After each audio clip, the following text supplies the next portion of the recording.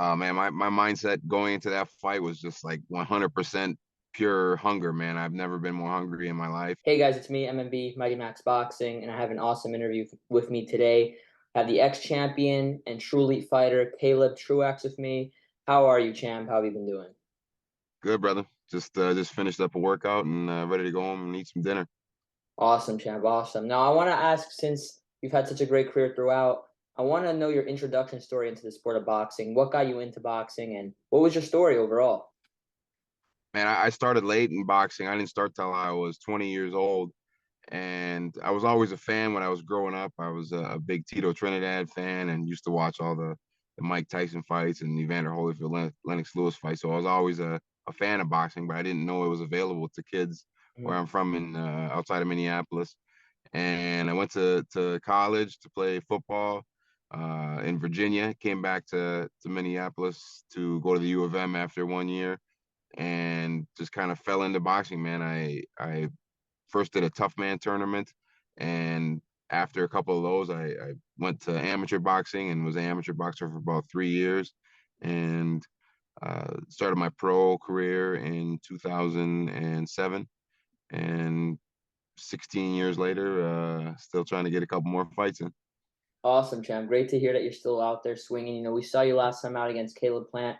That was about 2 years ago, but you outperformed everyone's expectations and you gave him some very interesting looks. And honestly, I still see you competing with the elite guys in the weight class. And I want to ask you, since 168 is such an interesting division right now, what's your assessment of the weight class right now as an analyst? What do you think's going on? What fights do you want to see there with Benavidez and David Morrell and Canelo Alvarez?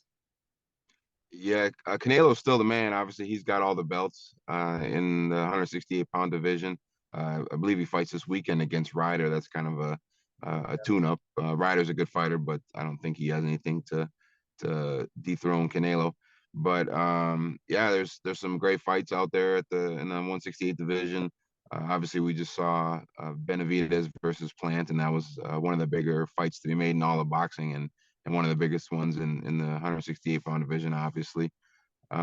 Still got Benavidez versus Canelo. That'd be a great fight for the. Oh, no, I guess it's not a unification. Benavidez doesn't have a belt, but Morrell, he's an up and coming guy.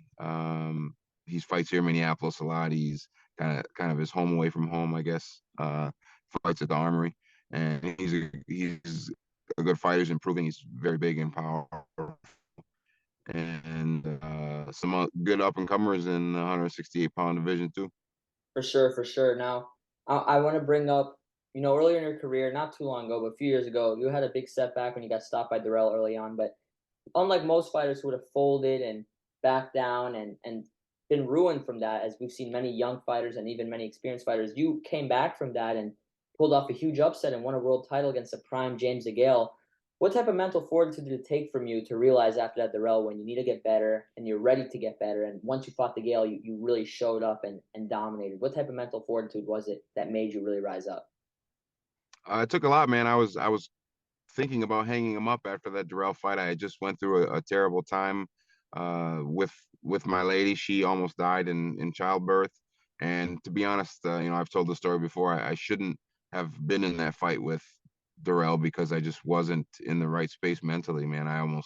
I did have like a panic attack before the fight, and just wasn't myself. And obviously in that fight, not taking away from Darrell, but I went out and got knocked out in the first round, and I've never been down in my career before that or since, and that just wasn't myself, and I knew that, but at the same time, I knew I had to overcome that mental hurdle of getting stopped like that, and took me a little bit of time off, man, and some words of encouragement from my girlfriend Michelle and from my team at that time to get me over that hump, and took probably about, I don't know, like 3 months off, which is the longest I've ever taken off in my career, and got back in the gym and just kept on working, and um, got that opportunity against Darrell and took advantage of it off, or excuse me, got that opportunity against DeGale and took advantage of it, obviously, and was right back on track.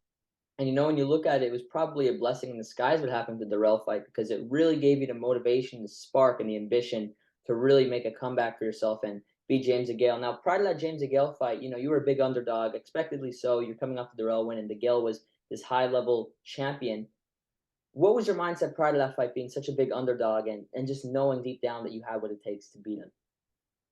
Man, my mindset going into that fight was just like 100% pure hunger, man. I've never been more hungry in my life. And to be honest, man, I was broke. I had just moved into a new house. I had a new baby.